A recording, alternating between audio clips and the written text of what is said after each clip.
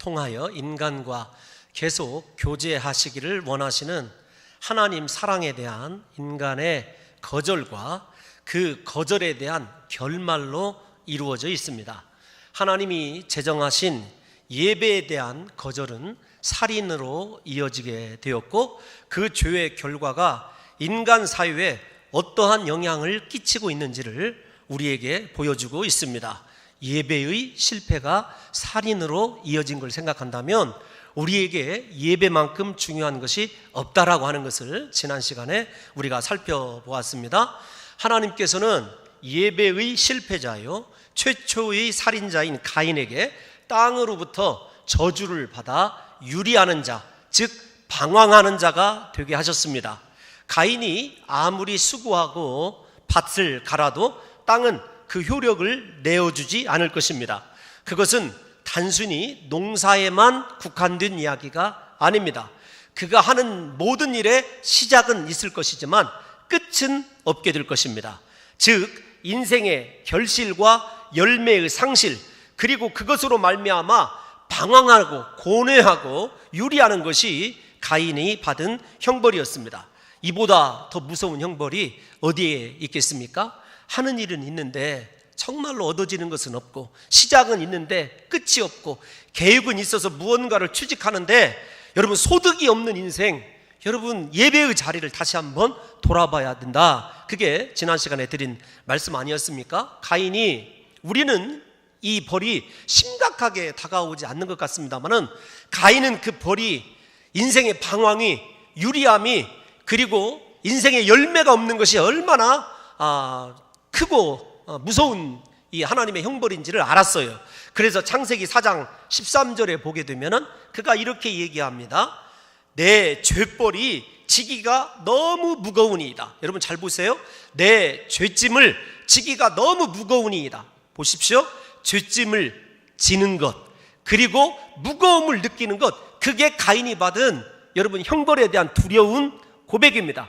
가인 이후로부터 그래서 인생을 예수 그리스도도 정의하실 때 뭐라고 얘기했냐면 수고하고 무거운 짐진 자예요. 수고는 무엇이냐면 무언가 얻기 위해서 열심히 땅을 파고 노력을 하고 씨를 뿌리지만 수고만 있을 뿐이지 수고에 대한 보상이 없는 것, 그게 여러분 가인의 실상이고 어쩌면 아담으로부터 내려온 원죄를 가지고 살아가는 우리 인생의 실상입니다. 뿐만 아닙니다.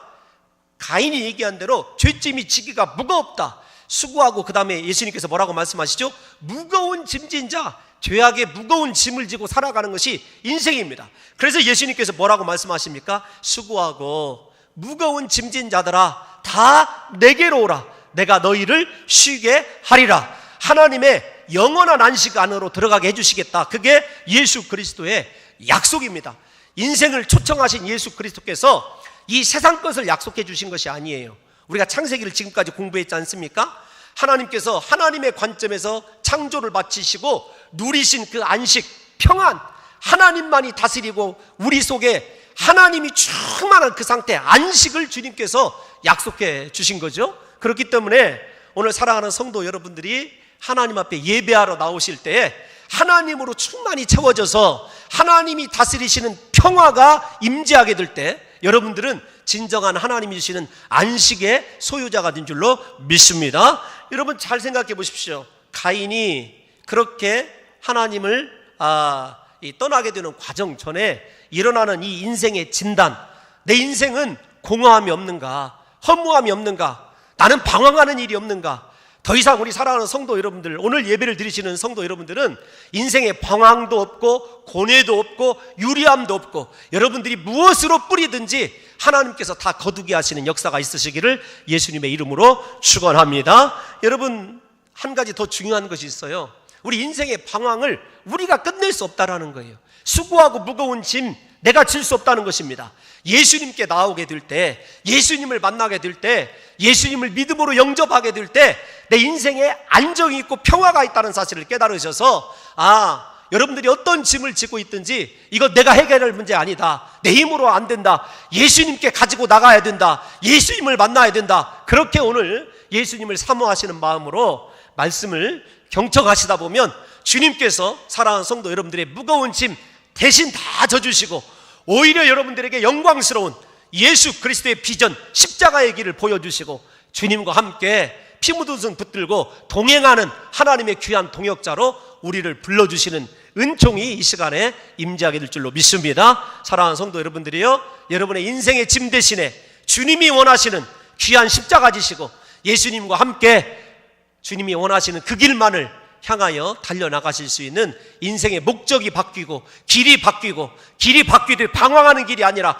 저 하나님이 원하시는 천성을 향해서 달려나가실 수 있는 인생의 바른 길을 찾으시는 귀한 시간 되시기를 다시 한번 우리 주님의 이름으로 축원합니다.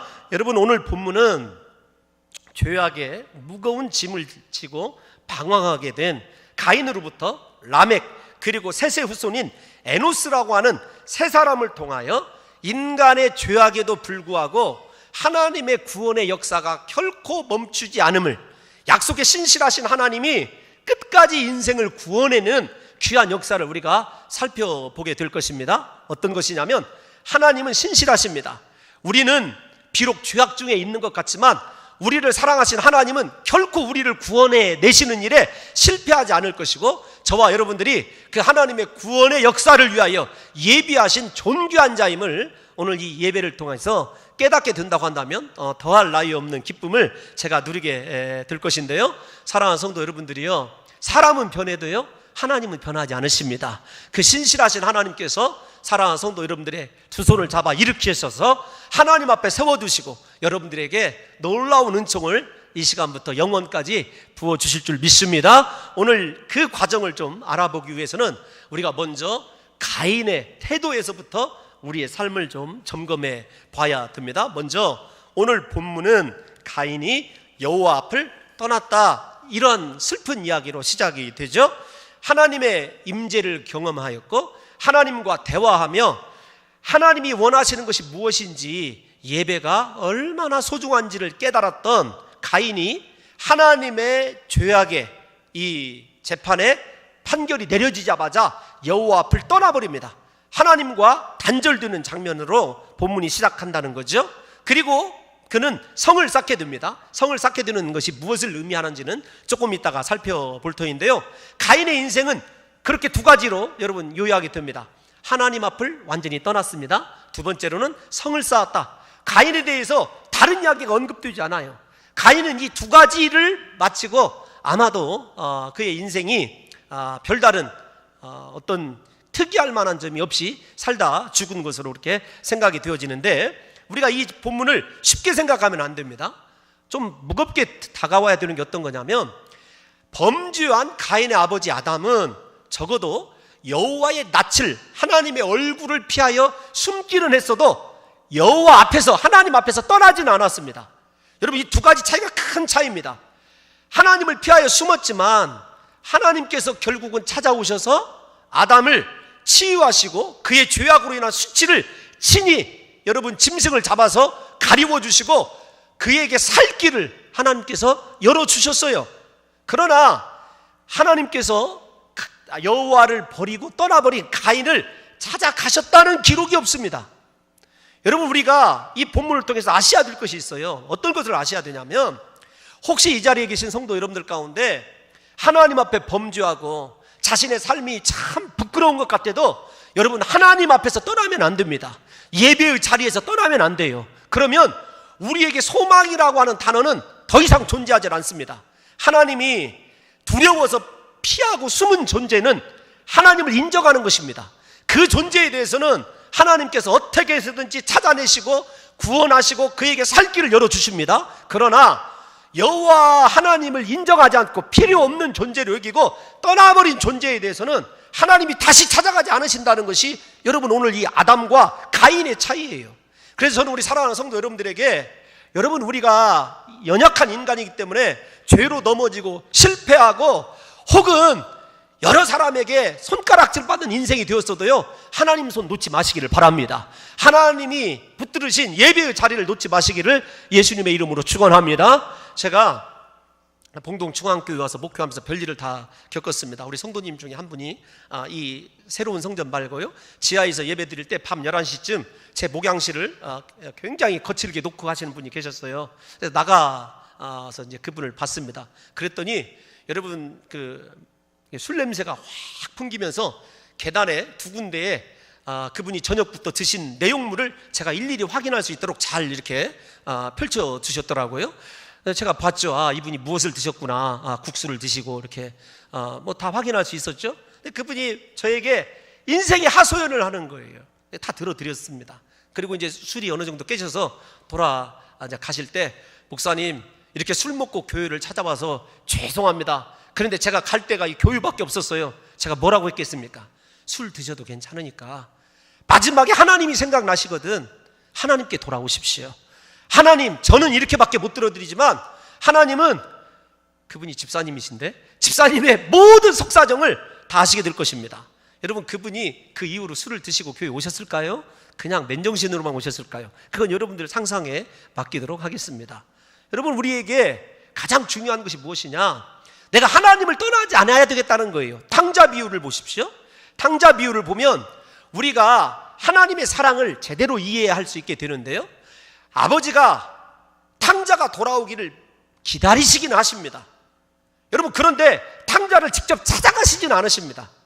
탕자가 해야 될 인생의 중요한 결정은 무엇이냐면, 아버지의 돈 다 갖다 써도 괜찮아요. 창기와 먹었어도 괜찮습니다. 내가 하나님께 돌아가는 것이 내 인생의 유일한 희망이고 소망이라는 그 사실을 붙들게 되었을 때 아버지에게로 돌아가게 되고, 하나님께서는, 하나님을 상징하는 아버지는 그를 극진히 대접하셨고 잔치를 베풀어 주셨을 뿐만 아니라 극상품의 최고의 것으로 그에게 입혀주신 것을 생각해 보십시오.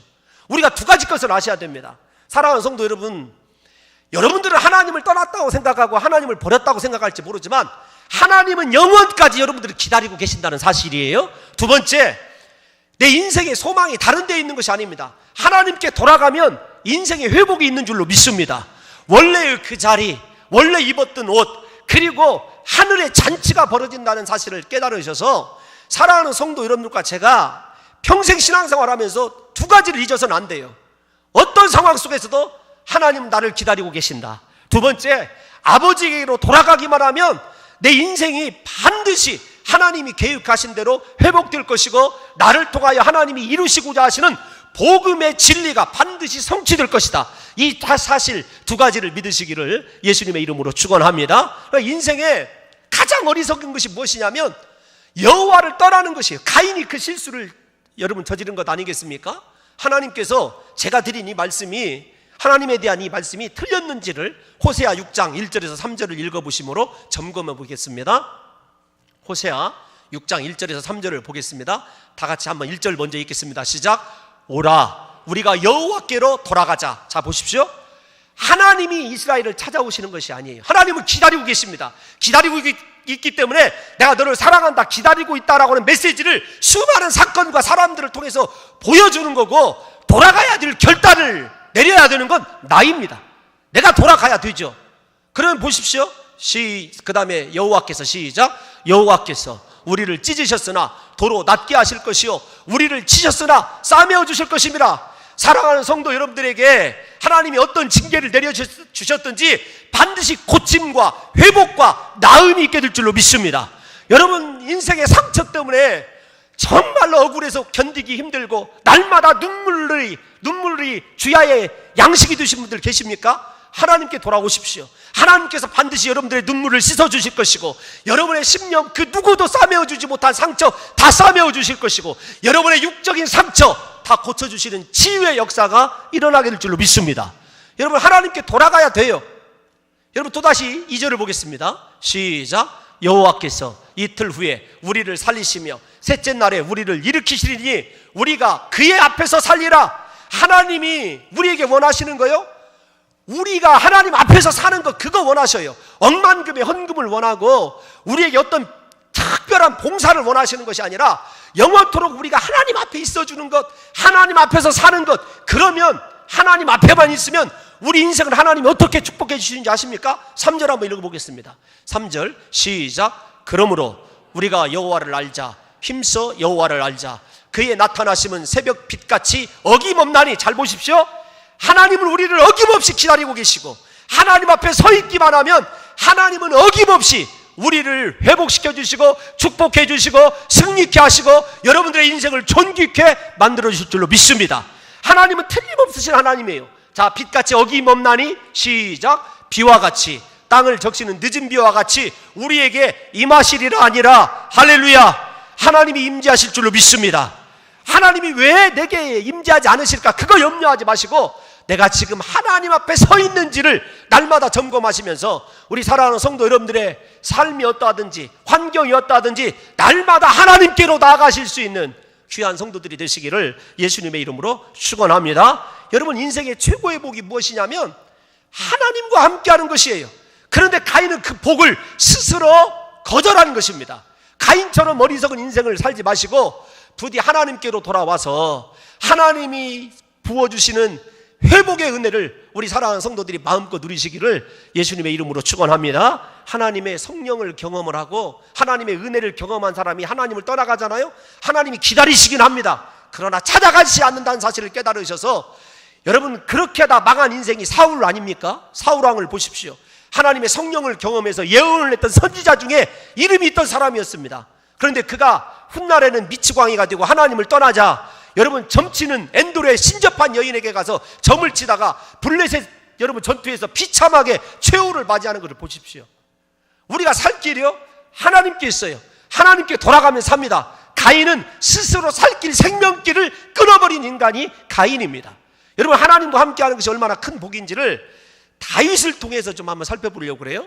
역대상 17장 2절 한 번만 읽어보겠습니다. 17장 2절 시작. 나단이 다윗에게 아뢰되 하나님이 왕과 함께 계시니 마음에 있는 바를 모두 행하소서. 할렐루야. 하나님이 함께하는 인생, 마음에 있는 모든 것 다 행하는 대로 하나님이 이루어주실 줄로 믿습니다. 여러분, 우리에게 인생이 왜 이렇게 답답하냐, 나는 인생이 왜 이렇게 꼬여가냐, 그게 문제가 아니에요. 내가 하나님과 함께하고 하나님이 내 안에 계신지를 점검하는 것이 여러분 먼저이고, 하나님이 함께하는 인생은 언제나 이렇게 행하는 것마다, 수고하는 것마다 하나님께서 책임져 주시는 귀한 인생의 열매를 맺게 될 줄로 믿습니다. 또 하나, 역대상 17장 8절도 한번 이렇게 읽어보겠습니다. 17장 8절 시작. 내가 어디로 가든지 내가 너와 함께 있어 내 모든 대적을 내 앞에서 멸하였은즉 세상에서 존귀한 자들의 이름 같은 이름을 내게 만들어 주리라. 너와 함께입니다. 하나님이 함께하는 인생, 여러분, 하나님께서 존귀한 자로 만들어 주셔요. 내가 존귀한 자가 되는 게 아니라 그 하나님의 함께하심이 이렇게 소중한데 우리 사랑하는 성도 여러분들이요, 어디가 계십니까? 제발 인생의 축복을 원하시거든 하나님 앞에서만 서 있으심으로 말미암아 하나님과 영원토록 동행하는 귀한 성도들이 되시기를 예수님의 이름으로 축원합니다. 마지막 하나만 더 읽어드리면, 하나님과 함께함이 너무도 소중하기 때문에 여호와 앞을 떠나지 말으라고 성도들에게 16장 10편 16편 11절을 한번 읽어드리겠습니다. 같이 읽겠습니다. 시작. 주께서 생명의 길을 내게 보이시리니 주의 앞에는 충만한 기쁨이 있고 주의 오른쪽에는 영원한 즐거움이 있나이다. 우리 인생의 기쁨과 즐거움이 하나님 앞에만 있어요. 하나님께만 있습니다. 신앙생활에서 하면서 왜 기쁨이 없고 왜 행복이 없습니까? 하나님과 함께하지 못하기 때문이고 우리의 인생이 하나님 앞에 올바로 서 있지 못하기 때문 아니겠습니까? 부디 사랑하는 성도들이요, 오늘 예배를 통해서 완전히 하나님께로 돌아오셔서 하나님 앞에서만 영원토록 서 있음으로 말미암아 여러분의 인생에 행복과 기쁨이 넘치시기를 예수님의 이름으로 축원합니다. 그 다음에 가인이 성을 쌓죠. 여러분, 이 인생이 가인이 성을 쌓은 걸 보게 되면은 아담의 피가 흐르고 있어요. 아담이 자신의 수치를 가리기 위해서 무화과 나무 잎을 엮어서 치마를 만들지 않습니까? 옷을 만들죠. 죄가 있는 인생이 자기 자신을 가리우는데, 그리고 가장 자기의 죄를 합리화시키는데 필요한 것이 무엇이냐면 성 쌓는 것 아니겠습니까? 여러분, 가인을 우습게 생각하지 마십시오. 가인은 최초로 성을 건축한 건축가입니다. 그런데 가인이 성을 쌓은 것, 두 번째 잘 보십시오. 인간의 의지로 수치를 가리울 수 있다고 생각한 거고, 아담보다도 더 지능적인 죄를 가인이 범하는 게 어떤 거냐면, 하나님이 너는 땅에서 저주를 받아 유리하는 자가 될 것이다. 성을 쌓고 그 속에 들어가 있으면 인생의 방황이 끝날 것 같았고 유리하지 않고 이 땅에 안착할 수 있으리라고 누가 생각했냐면 가인이 생각한 거예요. 하나님 말씀에, 하나님 형벌에 정면으로 도전한 사람이 누구냐면 가인입니다. 하나님 앞을 떠나게 되면은요, 하는 일마다 이렇게 하나님을 대적하게 되어 있어요. 그러면서 자신의 힘으로 죄악을 상쇄시킬 수 있고 죄악의 형벌을 건너뛸 수 있다라고 생각하는 것이 인간 아닙니까? 그러니까 사람이 하나님 없이, 하나님 믿다가 특별히 더 하나님 없이 살아가는 인생은요, 자기만의 성을 쌓습니다. 스펙으로 성을 쌓든지 돈으로 성을 쌓든지 하나님과 에덴 동산을 대신할 수 있는 무언가를 자꾸자꾸 쌓아가게 되죠. 그러나 그 속에 있다고 인생의 기쁨이 있고 인생의 회복이 있느냐? 그렇지 않다는 거예요. 그냥 성을 쌓는 것까지만 가인이 한 일이에요. 우리 사랑하는 성도 여러분들도, 여러분 내가 최초의 건축가가 되고 최초로 이 일을 행한 사람으로 기억되기를 원하십니까? 아니면 내가 부끄럽더라도 하나님 앞에서 내 모든 죄를 다 속량받고 하나님이 내 인생을 고쳐주시고 성을 쌓아주는 것이 아니라 하나님이 내 인생을 새롭게 쌓아주시기를 원하십니까? 여러분, 우리 인생을 고침받고 우리 인생이 하나님이 쌓아주시는 거룩한 예루살렘 성이 되시기를 예수님의 이름으로 축원합니다. 가인이 생각지 못한 게 그거죠. 하나님에 대한 반발입니다. 도전입니다. 여러분, 우리가 신앙생활 하면서 가인이 쌓은 이 성이 나중에 바벨탑에도 영향을 미치거든요. 참, 그러니까 처음이 누구냐, 이거 중요합니다. 라멕도 마찬가지거든요. 가인은 성을 통하여서 하나님과 자기 자신을 완전히 단절시키고 다른 사람들과도 단절되리라 이렇게 생각을 한 거예요. 나 유리하지 않을 거야 이렇게 생각을 한 거죠. 그런데 하나님 혹은 또 다른 사람들과 단절과 고립들은 이것이 죄인의 일반적인 특성이라는 걸 아십니까? 죄를 지은 사람은요, 사람들 사이에 들어갈 수가 없어요. 중죄를 지은 사람들 보시기 바랍니다. 죄가 사람을 주장하면 담을 쌓게 되어 있어요. 폐쇄적이 되고 다른 사람이 내 영역에 접근하는 것에 민감하게 반응합니다. 내 안에 쌓여져 있는, 성 안에 갇혀져 있는 옛날의 상처들 보십시오. 그 성을 여러분 들여다보면서 상처 건들면 분노가 나오고 증오가 폭발하는 것, 여러분 다 우리 안에 보이지 않는 가인의 성이 쌓여져 있기 때문에 그래요. 단절이 있기 때문에 그렇습니다. 여러분, 사도행전을 보세요. 오순절 성령 강림을 경험한 사람들에게서 일어나는 것이 어떤 것인 줄 아십니까? 마음의 문을 열어버린 거예요. 막힌 담을 허물어버린 것입니다. 자기 자신만의 성을 완전히 무너뜨린 거예요. 그래서 서로 유무, 상통, 오늘날로 말하면 소통이 있었어요. 성도 간에 소통이 있었고 심지어는 물질의 소통까지도 이루어지게 됩니다. 이게 하나님을 만난 자들, 진실로 하나님을 사랑하고 성령을 받은 사람은요, 인생에 성이 없어요. 투명합니다. 담이 없어요. 막힌 것이 없어요. 어느 누가 와도 다 품어주고 누구에게도 내 것을 내어줄 수 있는 진정한 소통의 달인이 되는 거예요. 가인은 그러지 않은 거죠.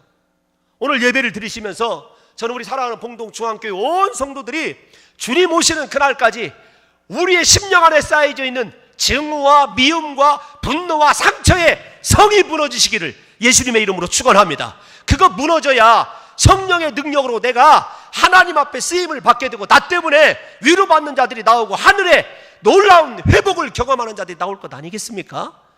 여러분, 가인 범죄의 결과가 성을 쌓는 거예요. 그러니까 다른 사람들과 잘 교류하고 사랑하고 성령의 능력으로 소통하지 못한다면요, 여러분 안에 있는 죄악으로 인한 상처가 문제예요.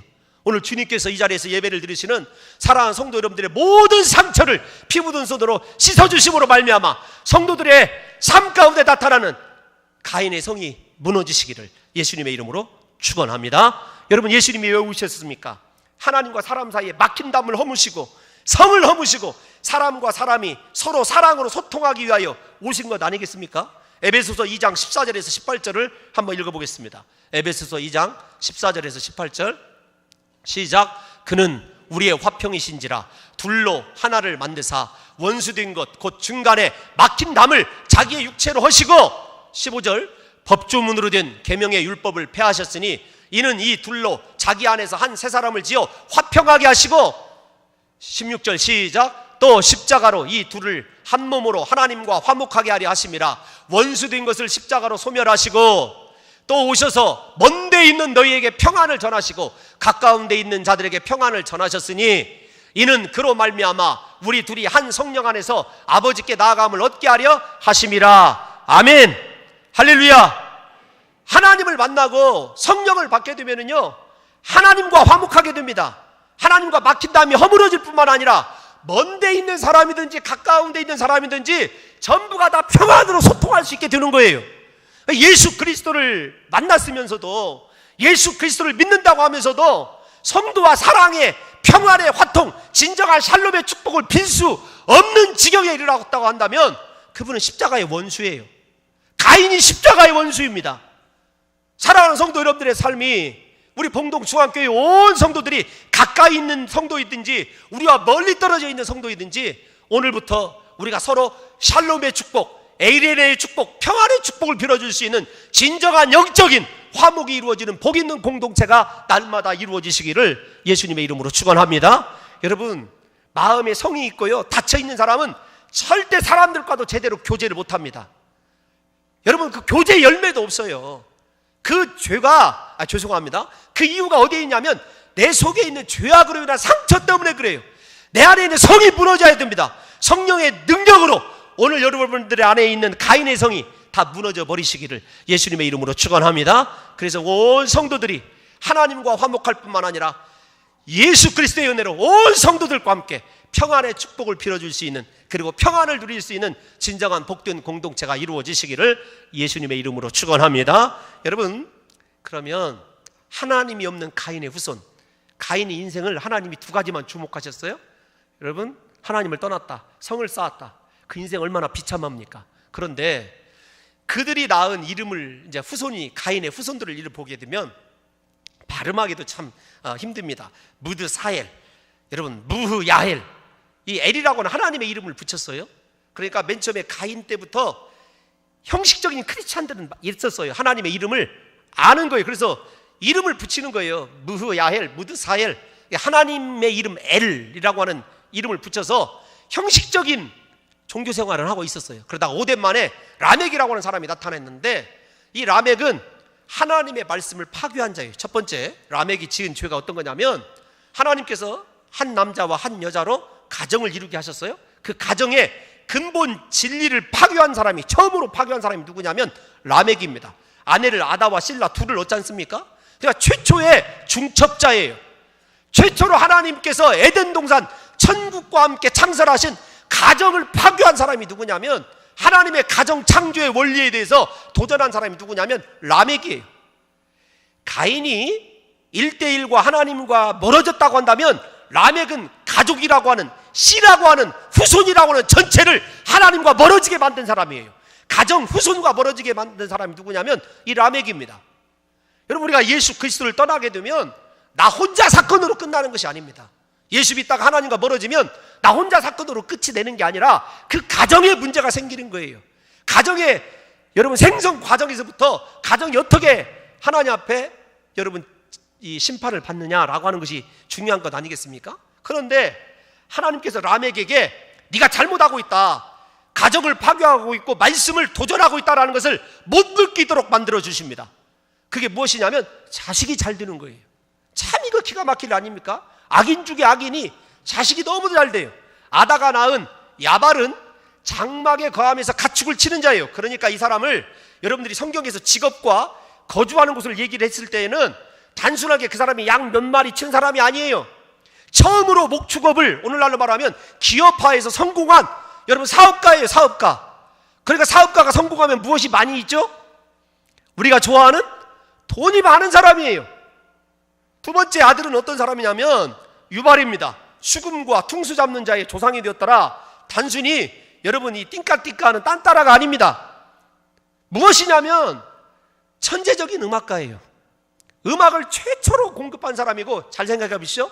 돈이 있고 사업이 번창하게 되면 쾌락이 있지 않습니까? 인간의 그 돈의 이 버금가는 좋게 얘기하면 예술과 문화의 창시자가 누구냐면 유발입니다. 그러니까 오늘날 얘기하면 뭐 요한 세바스찬 바하, 모차르트, 베토벤 이런 사람들을 능가하는 천재적인 음악가가 그 집안에서 나온 거예요. 돈 잘 버는 큰아들, 그 다음에 문화와 예술로 인간의 뭐라고 할까요? 여러분 이 예능계를 선도하는 탁월한, 오늘날로 얘기하면 아이돌, 이렇게 생각해 봅시다. 얼마나 뿌듯합니까? 거기다가 두 번째 아내인 여러분 실라에게서 아들을 낳았는데 이름이 두발가인이에요. 두발가인인데 그는 그 당시에 오덴 만에 철기 문명을 만들어내고 구리와 철로서 날카로운 기계를 만들어낼 수 있는 탁월한 공학도입니다. 엔지니어예요. 여러분, 오늘날로 얘기하면 아인슈타인을 능가하는 사람이에요. 그런데 잘 생각해 보십시오. 그가 날카로운 기계를 만들었어요. 농사하는데 인생을 보존하는 데 썼겠죠. 그런데 뒤에 나오는 라멕의 살인의 노래를 들어보면 날카로운 기계가 무엇을 했을까요? 오늘날로 말하면 치명적인 무기 개발업자가 누구냐면 두발가인입니다. 예를 들면 노벨이 다이너마이트가 그렇게 사람을 살상하는데 쓰이지 못할 것으로 알고 만들어서 이 노벨상 이게 시초가 된 거나 거의 비슷한 이야기 아닙니까? 거기다가 남자의 족보에 딸이 나와요. 나아마라고 하는 딸이 나오는데, 이 딸이 성경에서 왜 이 사람이 나왔느냐, 신학자들이 두 가지로 얘기합니다. 하나는 미모가 클레오파트라를 능가하는 출중한 사람이에요. 여러분, 옆에 있는 자매들의 얼굴을 쳐다보시기 바랍니다. 여러분, 잠이 번쩍 깨지 않습니까? 여러분, 이 나아마 하면 클레오파트라를 능가하는 미모의 사람일 수가 있고, 두 번째, 그 사람이 재주가 출중한 여자일 수가 있어요. 어떤 면에서 됐든지, 그게 춤이 되었든지 무엇이 됐든지 두 가지 중에 하나입니다. 생각해 보세요. 그 악인이 하나님을 떠나서 가정을 파괴하고 1:1 범죄가 아니라 하나님의 심판을 초래할 사람으로 살아가는데, 하나님께서 그에게 네가 하나님을 떠났다, 말씀을 떠났다라고 하는 것을 못 느끼도록 자식들이 왜 그렇게 잘 되는지 몰라요. 그들이 세상의 문화를 선도합니다. 모든 사람들에게 추앙을 받아요. 그런데 정작 라멕은 어떠냐? 보십시오. 그가 무수부류의 권력을 휘두르는 하나님 같은 존재가 되어 있어요. 어떻게 하냐면 자기에게 상처를 입힌 자, 여러분, 그 사람을 죽입니다. 그러니까 상처하면 육적인 손해, 물질적인 손해를 입혀도 죽입니다. 그 다음에 여러분, 마음에 이 상처가 있는 것도, 그러니까 정서적으로 죄송합니다만 자기에게 미움을 받는 존재도, 그 존재가 나에게 증오심을 불러일으키고 분노를 일으키고 화를 나게 하는 존재가 어린 소년이라 할지라도 가차없이 죽여버립니다. 그것으로 라멕의 인생이 끝이 나요. 중요한 것은 그렇게 끝이 나는 것이 아니라 라멕이 바로 6장에 이어지는 노아의 홍수를 있게 하는 심판의 조상이 됐다는 사실을 여러분 알고 계십니까? 우리가 축복의 시작이 되어도 여러분 인생이 참 억울할 때가 많은데, 하나님 저주와 심판의 시작이 되는 인생을 살기 위해서 라멕처럼, 여러분 생각해 보십시오. 오늘날 한국의 크리스찬들이, 우리 교회 빼고요, 하나님 없어도 라멕과 같은 인생을 살기를 기도하는 사람이 얼마나 많은지 몰라요. 그거 죄송합니다. 여기 서 있는 홍 목사에게도 그런 성향이 있어요. 하나님, 우리 자식을 세계적인 인물로 만들어주세요.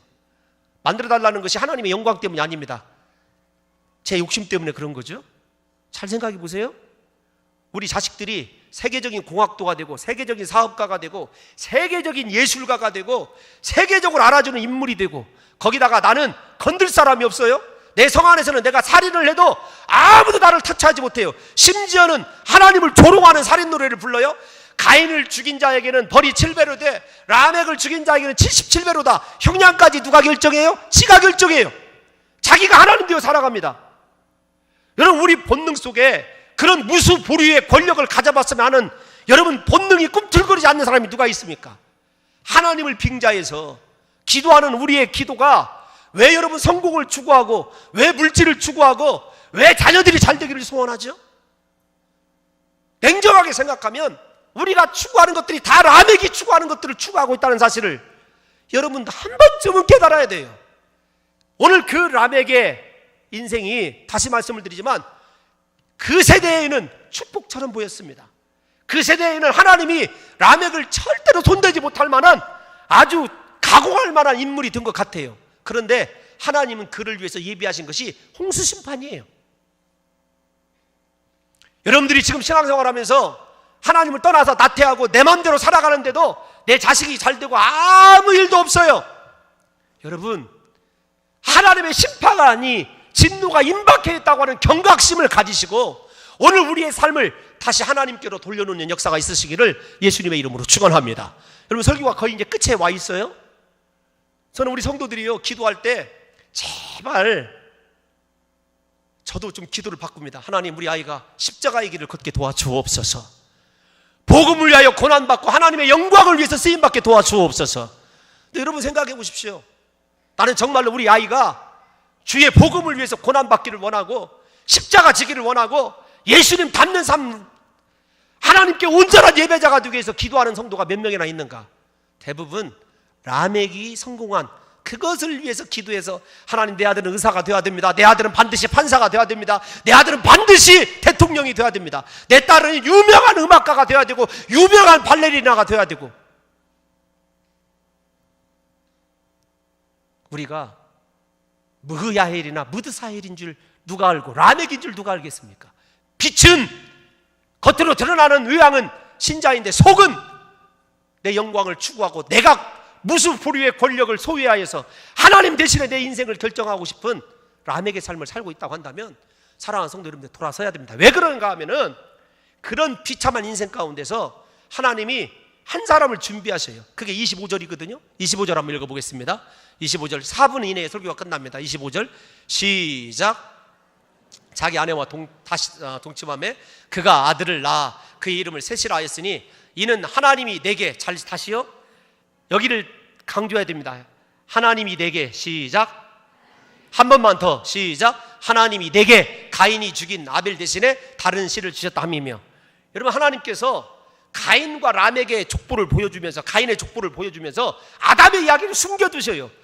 25절부터 26절까지 24절이 끝나고 여백이 있는데 하나님이 내게 셋을 주셔요. 아벨을 대신한 셋을 주시는데 아담의 신앙이 성숙해 있음을 보게 됩니다. 왜 그런가 하면 4장 1절로 가보십시오. 4장 1절에 가면 가인을 낳을 때, 자 보십시다.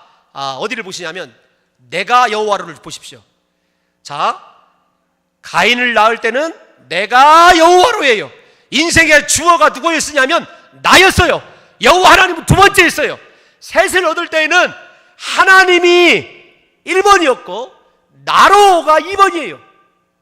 하나님께서 라멕이 번성하는 동안에 영적인 하나님의 이름을 부르는 위대한 씨를 예비하실 때 그냥 예비하신 것이 아니라 아담의 신앙이 자기가 우선이 아니라 내가 1번이 아니라 하나님이 1번이고 예수 그리스도가 인생의 우선순위가 되기를 얼마나 하나님이 기다리셨는지 몰라요.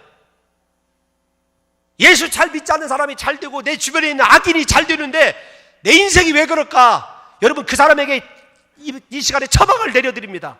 여러분, 인생의 우선순위를 바꿔야 돼요. 하나님이 1번, 내가 2번이 되면 하나님께서요 당장에 나에게 라멕이 주었던 복을 주시는 게 아닙니다. 초라한 것 같지만, 연약한 것 같지만, 흠모할 만한 것이 아무것도 없는 것 같지만 에노스라고 하는 사람을 하나님이 준비시키셔서 그로 하여금 다시 무엇을 회복시키냐면 예배를 회복시켜요. 하나님의 이름을 다시 부르게 만듭니다. 하나님을 사모하게 만듭니다. 그들을 통해서 노아가 준비되고, 노아를 통해서 아브라함이 준비되고, 이삭이 준비되고, 야곱이 준비되고, 예수 그리스도가 준비되는 것 아닙니까? 여러분의 인생의 성공을 라멕에게 두고 예수 믿는 것이 큰 문제예요. 세상에 주목받지 않아도, 때로는 내 인생이 초라한 것 같아도 내가 진실로 하나님을 사모해서 부를 수 있는, 우리 가정을 진정한 하나님의 거룩한 제단 만들어서 내 인생의 우선순위가 하나님입니다. 하나님이 내 위에 계십니다. 나는 언제나 2번, 2번째입니다. 여러분, 정말로 여러분의 인생의 우선순위가 말씀입니까? 여러분의 인생의 우선순위가 하나님입니까? 언제나 나를 위해서 하나님이 존재하고 나를 위해서 기도 응답을 해주셔야 되는 도깨비 방맹이로 생각하는 것이 하나님이라고 생각한다면 여러분, 인생의 우선순위를 바꿔야 하나님께서 대안을 주시는데, 그 대안이 여러분 사람이에요. 물질이 아닙니다. 돈이 아닙니다. 지금의 여러분의 인생은 라멕에 비하면 초라한 것 같고 보잘것없는 것 같지만 하나님이 이루실 위대한 구원의 역사는 반드시 초라한 것 같은 나를 통해서 이루어질 수 있도록, 사랑하는 성도 여러분들이 인생의 우선순위를 바꾸시고 오늘부터 저와 여러분들이 영원까지 하나님의 이름만 외쳐 부르시기를, 하나님만 사모하시기를, 그리하여 사랑하는 성도 여러분들의 삶 가운데 하나님의 구원의 역사가 임재하고 그 구원의 역사가 우리를 통하여 세상 끝날까지 면면이 이어질 수 있기를 예수님의 이름으로 축원합니다. 하나님, 우리를 진정한 하나님의 이름을